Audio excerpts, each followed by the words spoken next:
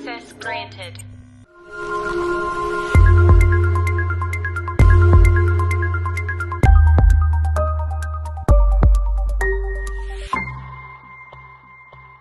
أمي وأبي فديتك سيدي صلاة وسلام عليك يا نبي حبيبي يا محمد.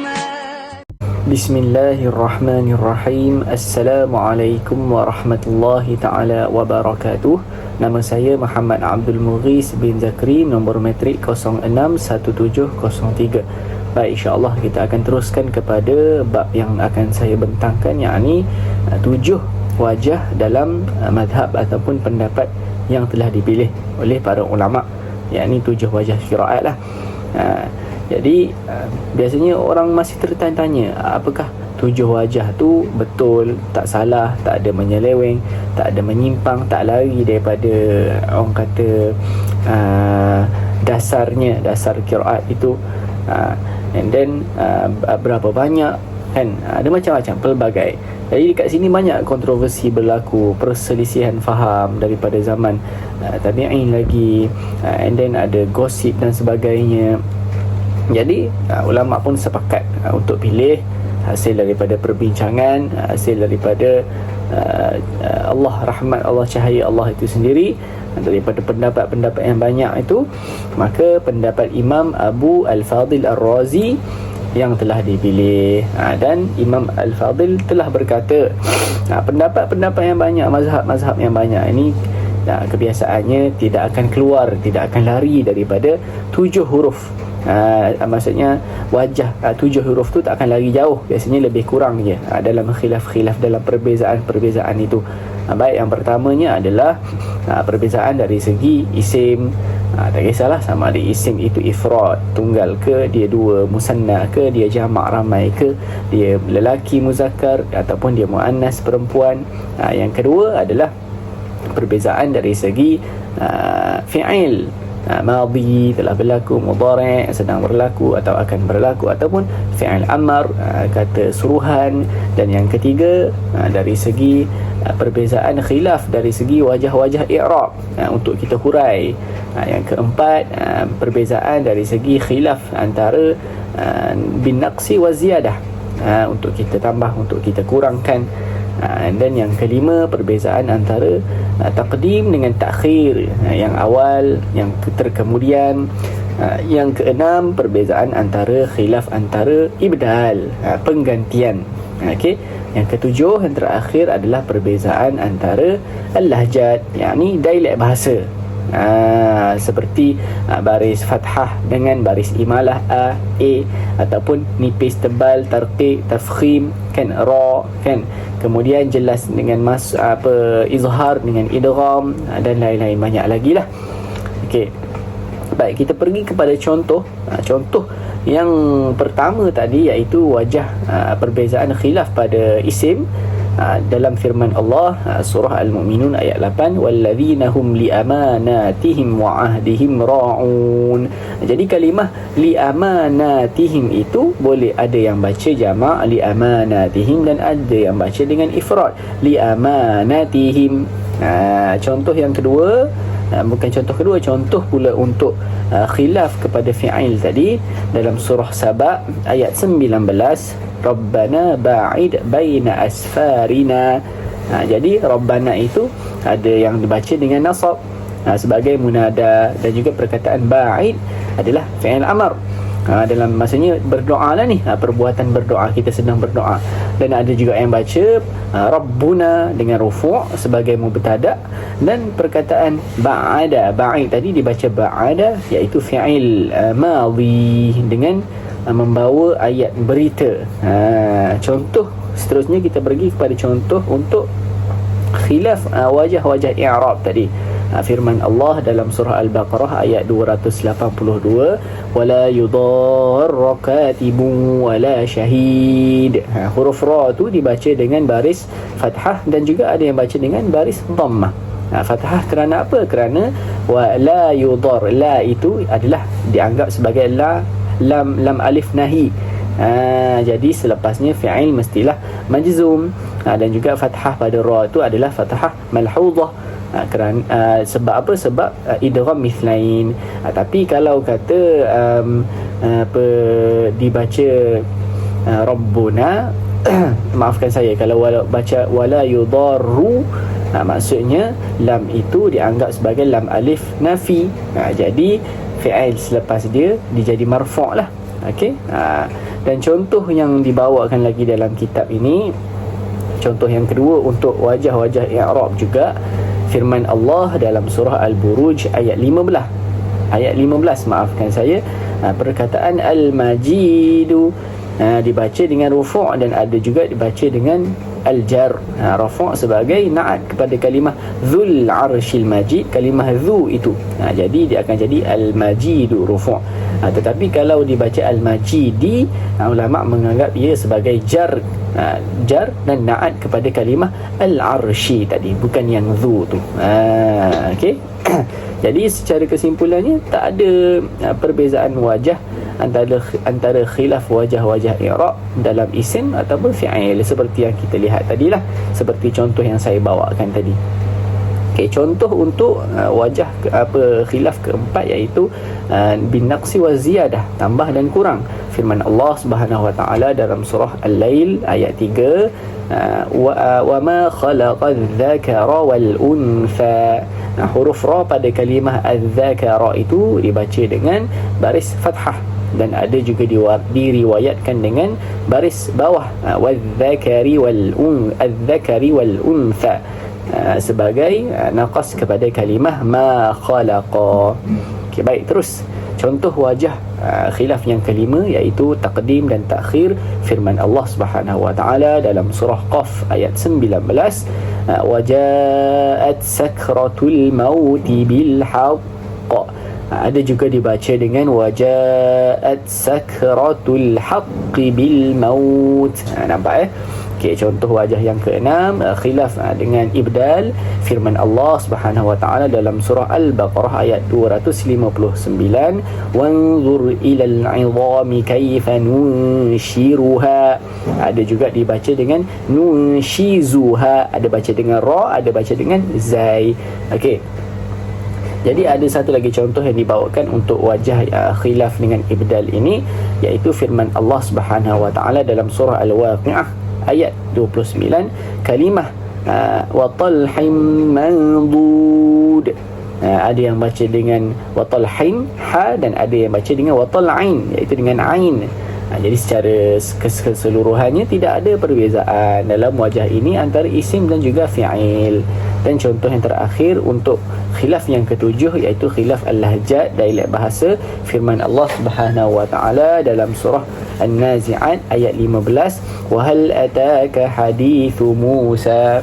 Kalimah ata dan juga Musa ada yang baca dengan fathah Musa ata, dan ada juga yang baca dengan imalah Musa ate. Jadi secara kesimpulannya tak ada juga perbezaan dalam wajah ini antara isim dan fi'il. Ada satu lagi contoh yang dibawa iaitu ayat dalam surah Al-Qiyamah ayat 4, bala qadirina. Jadi ada yang baca dengan bala, ada juga baca dengan imalah balik. Baik, kita terus kepada bab yang seterusnya iaitu kenapa ulama sepakat untuk memilih mazhab ataupun pendapat ini. Jadi ulama memilih kerana 4 sebab. Yang pertama adalah ianya disokong oleh dalil dalam hadis-hadis terdahulu. Jadi kuatlah. Yang kedua, beliau ni Imam Al-Fadhil Ar-Razi ini adalah boleh dikatakan yang paling tepat dalam orang kata ulama bincang, ulama teliti itu beliau yang paling kemas sekali berdasarkan dalil-dalil yang telah dibawa. Kalau mazhab-mazhab lain, pendapat-pendapat lain boleh macam ada silap sikit, ada yang kurang, ada yang tidak tepat dan sebagainya dari segi dalil dan lain-lain lah. Okey, yang ketiga, pendapat Imam Fadhil Ar-Razi ini lengkap, dia macam sempurna. 7 wajah itu macam masuk kena dengan semua bahasa, tak menyimpang dan sebagainya. Okey, dan yang keempat adalah pendapat Imam Fadhil Ar-Razi ini jelas. Maksudnya apabila kita tengok Tak perlu nak kena kaji lagi ke, nak kena teliti, nak kena cari sumber lain, tak perlu dah. Cukup, jelas, dah boleh faham. Okey.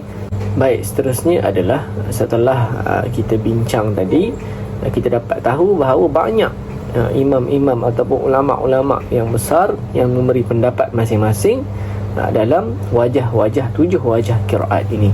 Jadi ulama telah sepakat untuk mengumpulkan wajah yang paling tepat, paling yang boleh diguna pakai, paling elok.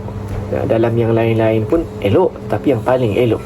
Okey, jadi ulama-ulama yang sepakat, yang kumpul itu telah menggabungkan 3 pendapat ulama untuk jadikan mazhab ini, iaitu yang pertama adalah Ibnu Qutaibah, yang kedua Ibnul Jazari, dan yang ketiga adalah Al-Qadi Ibnu Tayyib daripada Al-Qurtubi. Ya, baik, insyaAllah. Jadi saya akan berikan sedikit contoh pendapat ketiga-tiga imam ini. Baik, kita pergi kepada Imam Ibnu Qutaibah dulu. Yang pertama, beliau berkata berubah pada harakat tetapi tidak pada makna dan juga gambarannya. Seperti contoh ayat wala yudarra ataupun wala yudarru. Keduanya adalah berubah pada fi'ilnya, seperti contoh ba'id ataupun ba'ada dengan lafaz talaba ataupun madhi, telah berlaku.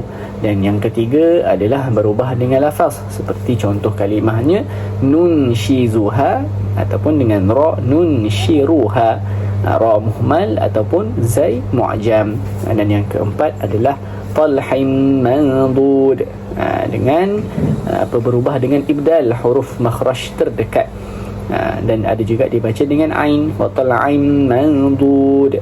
Dan yang kelima adalah berubah dengan taqdim dan takhir, contoh yang saya dah sebutkan tadi, waja'at sakratul mauti bil haqq ataupun waja'at sakratul haqqi bil maut. Yang keenam berubah dengan ziyadah dan naqsin, contohnya kalimah wadzakara adzakara wal untha, ada yang baca dengan kasrah sebagai naqas kepada ma khalaqaz zakari wal untha. Dan yang ketujuh adalah berubah dengan ibdal kalimah kedua, sebagai contoh kal'ihnil manfush dibaca dengan kasufil manfush. Baik, terus kepada Imam Jazari, Ibnul Jazari, pendapat beliau pula adalah yang pertama pada harakatnya, maksudnya pada harakatnya itu tidak berubah makna dan gambarannya, seperti contoh al-bukhl dengan 4 wajah, dan juga wayahsibu dengan 2 wajah. Yang kedua berubah pada makna sahaja, seperti kalimah adama dengan nasab ataupun adamu dengan rufu'. Yang ketiga berubah pada makna tetapi gambarannya tidak. Gambarannya tidak, seperti contoh tabluwa dengan watatluwa. Yang keempat aksun, yakni terbalik, seperti contohnya bastah dengan sin ataupun dengan sad, bastah ataupun as-sirat dengan sad, dan juga as-sirat dengan sin.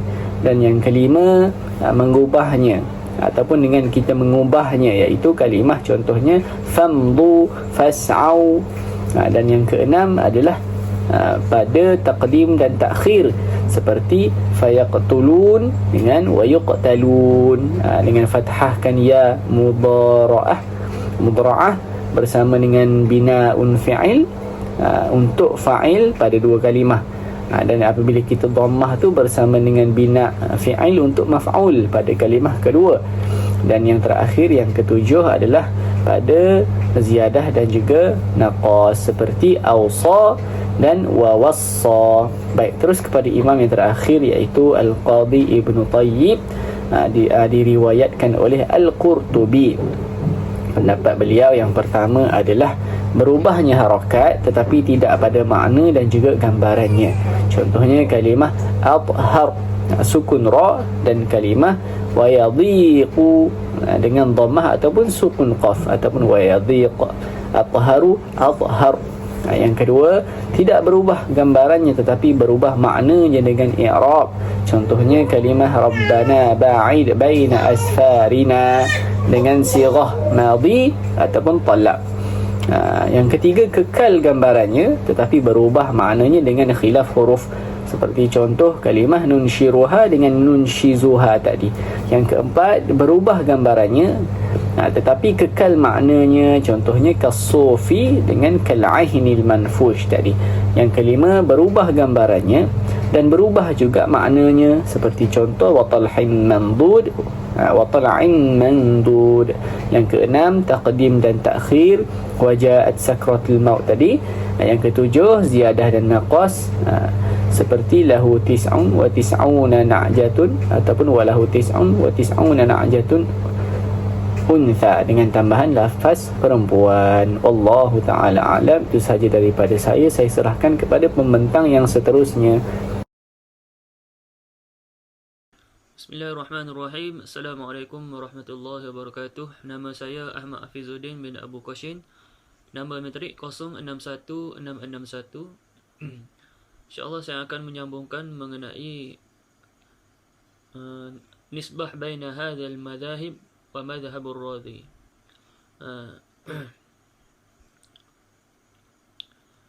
Bainaha jami'an wa baina ويذهب بعد الجهابذة إلى القول بالاجتهاد بين هذا المذاهب ثلاثة ومذهب الراضي.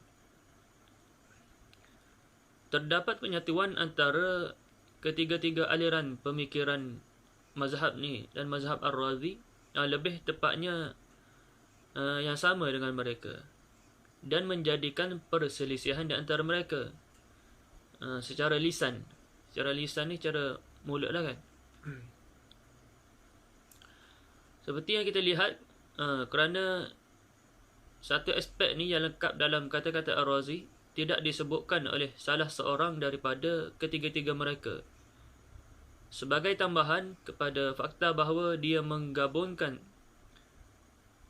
sab'atu ahruf menjadi 6. Dengan cara yang tepat kita dapati bahawa dia telah memegang Ar-Razi ini pada sab'atu ahruf dengan logat yang berbeza, seperti baris atas, imalah, nipis dan sebagainya. Ibnu Qutaibah berkata, wa amma nahwu al-ikhtilaf wal-izhar wal-idgham wal-rawm wal-ishmam wal-takhfif wat-tashil wa nahwu dhalik. Maksudnya adapun seperti izhar, idgham, rawm, ishmam, takhfif, tashil dan sebagainya, ini bukan daripada perbezaan yang berbeza pada lafaz dan makna, kerana sifat ini pelbagai dan pelaksanaan tidak dikecualikan. Ia daripada menjadi satu lafaz perkataan. Seterusnya, amara akhiruhu wa anna at-taysir ala ummah. Jadi sab'ata ahruf ni, perkara ni ialah memudahkan ummah, yang merupakan hikmah kebijaksanaan dalam penurunan Al-Quran dalam sab'atu ahruf ni. Seterusnya, al-ikhtilaful qabail al-arabiyyah fima madha kana yaduna ala al-lahjat fi kasiri min al-halat. Dan perbezaan antara kabilah Arab pada masa lalu adalah berdasarkan pada percakapan dalam banyak perkara. Begitu juga perbezaan antara orang Islam dan orang yang sama sekarang. Ayatnya dengan orang yang sekarang ni lah, dalam banyak perkara berdasarkan pada perbezaan percakapan, maknanya perbezaan logat dia. Fatakfifullah ala ummah binuzulil Quran ala sab'atu ahruf. Maka Allah memudahkan ke atas umat dengan turunnya Al-Quran dalam sab'atu ahruf. Hanya dapat dicapai dengan memerhatikan perbezaan logat tersebut. Malah ada ulama yang menjadikan 7 aspek itu hanya terhad kepada logat saja, seperti contohnya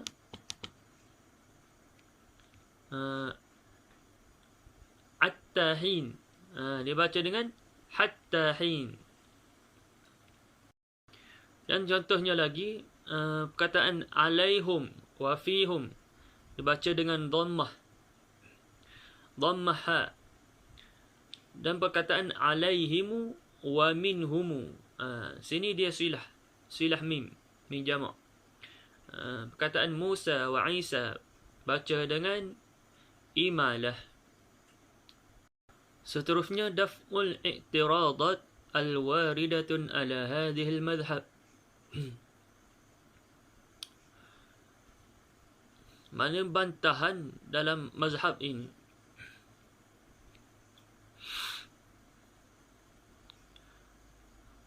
Itu Imam Ar-Razi membantah mazhab ini dan apa yang hampir dengannya dari mazhab Ibnu Qutaibah, Ibnu Al-Jarazi dan Ibnu Tayyib dengan beberapa bantahan yang kami kemukakan kepada kamu. Kemudian kami akan membantahnya di antaranya. Yang bantahan pertama ialah inna hadzal qaul ma'al ikhtilaf fa ilaihi fi bayanihi. Walaupun berbeza pendapat orang yang mengatakannya dalam kenyataan ini, tidak menyebut salah seorang daripada mereka sebagai dalil, melainkan dia mengikuti wajah perbezaan bacaan dan mendapati tidak bertolak daripada sab'atu ahruf ni. Ini tidak memberikan bukti kepada mana-mana daripada mereka bahawa yang dimaksudkan dengan sab'atu ahruf adalah aspek-aspek di mana bacaannya berbeza, mana cara-cara baca dia berbeza. Dan bantahan kedua ialah ayyadanahu ba'dal adillatu la bidalilin wahidan. Maknanya dia menyokong dengan beberapa bukti, bukan hanya satu, dia banyak bukti. Bantahan yang ketiga ialah لا نسلم كنا تتبع وجوه الاختلاف في القراءة لا يصلح دليلا لبيان الأحرف السبعة بهذا الوجوه سبعة.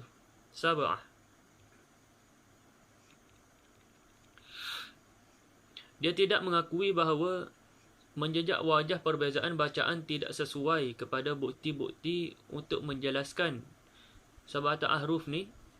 Bagaimana caranya? Yang pertama ialah kes termasuk ketetapan yang nyata.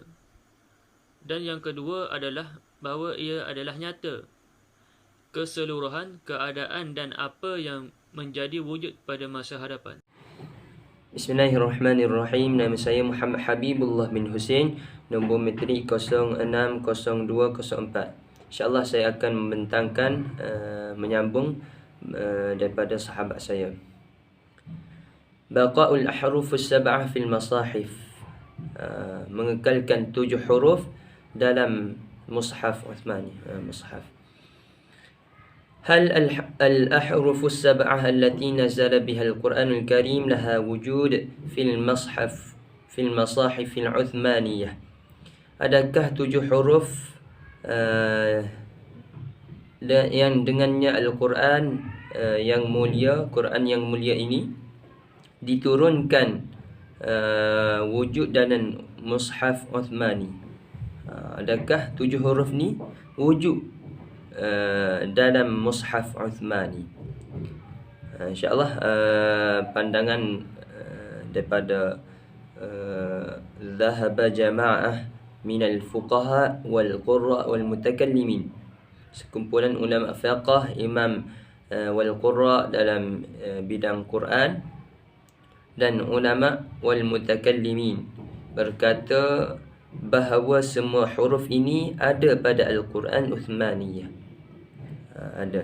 Dan hujah mereka, wahtajju, hujah mereka yang pertama, mereka berhujah la yajuz lil ummah an tuhmal naqlu shay minha wa anna as-sahabah ajma'u, dan seterusnya, wa ajma'u ala tarki ma siwa dhalik, iaitu bahawa tidak harus bagi umat untuk mengabaikan pemindahan salah satu daripadanya. Yang kedua, bahawa para sahabat sebulat suara bersetuju untuk memindahkan Al-Quran Uthmani dari lembaran yang ditulis oleh Sayyidina Abu Bakar. Dan yang ketiga, wa ajma'u, mereka sebulat suara bersetuju untuk meninggalkan apa yang selain daripada itu. Seterusnya, wa dhahaba jamahir al-ulama min as-salaf wal khalaf wa a'immatul muslimin, iaitu majoriti ulama dari ulama salaf, ulama khalaf dan wa a'immatul muslimin, bahawa Al-Quran Uthmani annal masahif al-Uthmaniyah, bahawa Al-Quran Uthmani hanya mengandungi 7 huruf yang mungkin untuk ditulis, termasuk perbentangan terakhir Nabi Muhammad sallallahu alaihi wa ala alihi wasallam yang disampaikan oleh Jibril. Dan satu pandangan lagi, wa dhahaba Ibnu Jarir At-Tabari, Ibnu Jarir At-Tabari dan mereka yang menulisnya berpendapat bahawa Al-Quran Uthmaniyah hanya memasukkan satu daripada 7 huruf. Hanya memasukkan satu daripada 7 huruf. Wat tahqiq, tahqiq ni, dan yang sebenarnya annal qaul biishtimal al-masahif al-Uthmaniyah ala al-ahruf as-sab'ah kullaha aw ba'daha yatawaqqaf ala amrayn, terbahagi kepada 2, iaitu, dan yang sebenarnya bahawa perkataan Al-Quran Uthmaniyah Uthmani termasuk semua atau sebahagian daripada 7 huruf, ia bergantung kepada 2 perkara. Bergantung kepada dua perkara. Yang pertama, tahdidul murad min al-ahrufus sab'ah. Yang pertama, mentakrifkan apa yang dimaksudkan dengan 7 huruf. Dan yang kedua, ar-ruju' ila ma huwa maktub wa mathilu bitilkal masahif fil waqi' wa nafsul amr. Yang kedua, merujuk kepada apa yang tertulis dan apa yang serupa, apa yang sama dengan Al-Quran dalam realiti dan perkara yang sama. Seterusnya, al-aqwalul ukhra wa daf'uha, kata-kata yang lain, pandangan yang lain, dan membantahnya dan perkara yang menolaknya. Al-qawlul awal, pandangan yang pertama,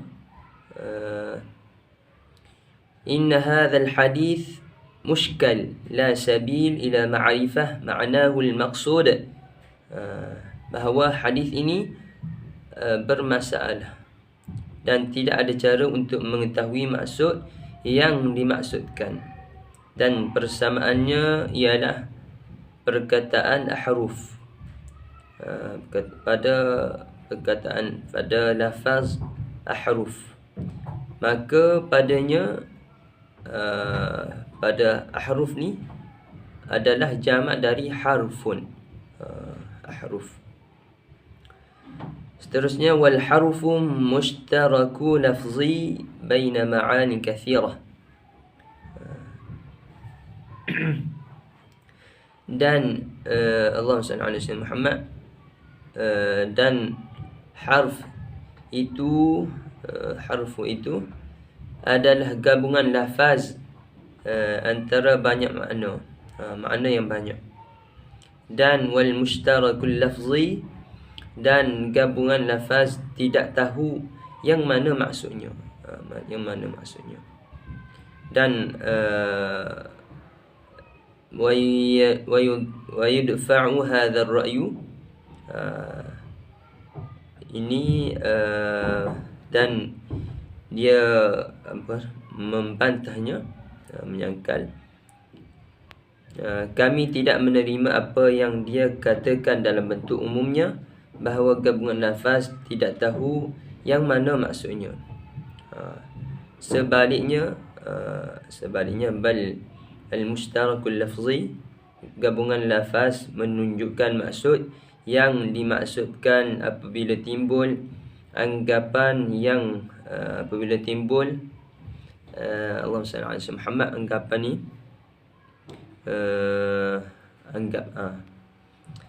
apabila timbul anggapan yang menentukan makna itu, ta'yin dzalikal makna. Dan al-qaul tsani, pandangan yang kedua, qaulul qadhi Iyad, pandangan daripada Qadhi Iyad, iaitu bahawa perkataan 7 dalam hadis yang mulia itu tidak bermaksud kebenaran bilangan yang terkenal, tetapi ia adalah kiasan bagi banyak dalam satu-satu. Dia adalah kiasan, seperti ia adalah kinayah, kiasan bagi banyak dalam satu. Wa yudfa'u hadha bima qaddamnahu fil syahid tsani farja' ilayhi wa haris alayhi. Ini disokong oleh apa yang kami bentangkan dalam saksi yang kedua. Maka kembalilah kepadanya dan jaga ia. Wallahu a'lam. Bismillahirrahmanirrahim. Ana Ahmad Nasrul Hakim bin Abdul Wahab. Seterusnya, al-qaul ats-tsalits wa rabi'. Pendapat yang ketiga dan yang keempat. Annal murada bil ahrufis sab'ah sab'u qira'at. Keinginan, kehendak daripada huruf yang 7 itu ialah 7 qiraat. Wa yadfa'u bi annahu idza kana al-murad bi hadha anna kulla kalimatin min kalimatil Qur'an tuqra'u sab'u qira'at. Ini disokong pernyataan ini bahawa setiap kalimah dalam kalimah-kalimah Quran dibaca dengan 7 qiraat. Fadzalika mamnu'. Maka ini dilarang, yakni tertolak, kerana tiadalah terdapat dalam Al-Quran kalimah-kalimah yang dibaca dengan 7 wajah, 7 qiraat, melainkan hanyalah sedikit. Dan jika ia berkehendak untuk menyatakan bahawa kemuncak daripada bilangan qiraat itu yakni terlalu banyak, maka mudahnya ia menyebutkan 7, maka 7 itu banyak. Fahada yasih, maka ini benar, kama qala Subki, seperti mana yang dikatakan oleh Imam As-Subki. Seterusnya, al-qaulul khamis wasadisu wasabi'u, pendapat kelima, keenam dan ketujuh daripada Ibn Qutaybah, Ibn Jazari dan Ibn Tayyib. Hunaka qusurun an tashammala jami'al qira'atil mutawatirah. Yang terdapat di sana keterbatasan untuk merangkumkan kesemua qiraat yang mutawatir, yakni berkenaan 7 huruf itu. Wa in kanat qaribatun, walaupun ianya hampir-hampir dengan pendapat yang terpilih. Bainaha tadakhulun, di sana terdapat percampuran, yakni tentang keuzuran ataupun susahnya menyebut sesuatu huruf, menyebut sesuatu kalimah yang mana dianggapnya sebagai pandangan yang bebas. Al-qaul ats-tsamin, kehendak daripada sab'at ahruf ini kembali kepada kaifiyatin nutqi, yakni cara sebutan tilawah itu, yakni sama ada dengan idgham, izhar, tafkhim, tarqiq dan sebagainya. Ianya disokong kerana lebih daripada 7. 7 itu bukanlah kehendak daripada hakikat, secara hakikat, namun ianya hanyalah menunjukkan bahawa sesuatu itu banyak. Ini 7 ini melambangkan banyak. Al-qaul ats-tasi', pendapat yang ke-9, kehendak daripada sab'at ahruf, yakni daripada lafaz-lafaz yang berbeza pada sesuatu kalimah yang bersesuaian dengan makna yang sama. Pendapat ini dinisbahkan kepada jumhur ahli fiqhi dan hadis, Daripada mereka Sufyan, Ibn Wahab, Ibn Jarir Al-Tabari dan Al-Tahawi. Ianya disokong dengan beberapa wajah. Antaranya huruf-huruf yang mana ayat Al-Quran ini turun membawa makna yang banyak. Namun makna itu disepakati kefahamannya walaupun berbeza cara simaknya, cara samaknya berbeza, cara pendengarannya berbeza. Namun tidaklah pada sesuatu itu makna dan lawan bagi makna itu. Yang kedua, pembawa kepada aliran ini menetapkan diri mereka dalam kesempitan. Yakni mereka menghebahkan mazhab mereka dengan pegangan mereka yang kuat. Yakni menguatkan pegangan mereka walaupun ada di antara mereka pegangan yang salah. Allahu a'lam. Sekian sahaja daripada kumpulan kami. Jika tersilap mohon penerangan. Allahu a'lam. Assalamualaikum warahmatullahi wabarakatuh. وسلام عليك يا نبي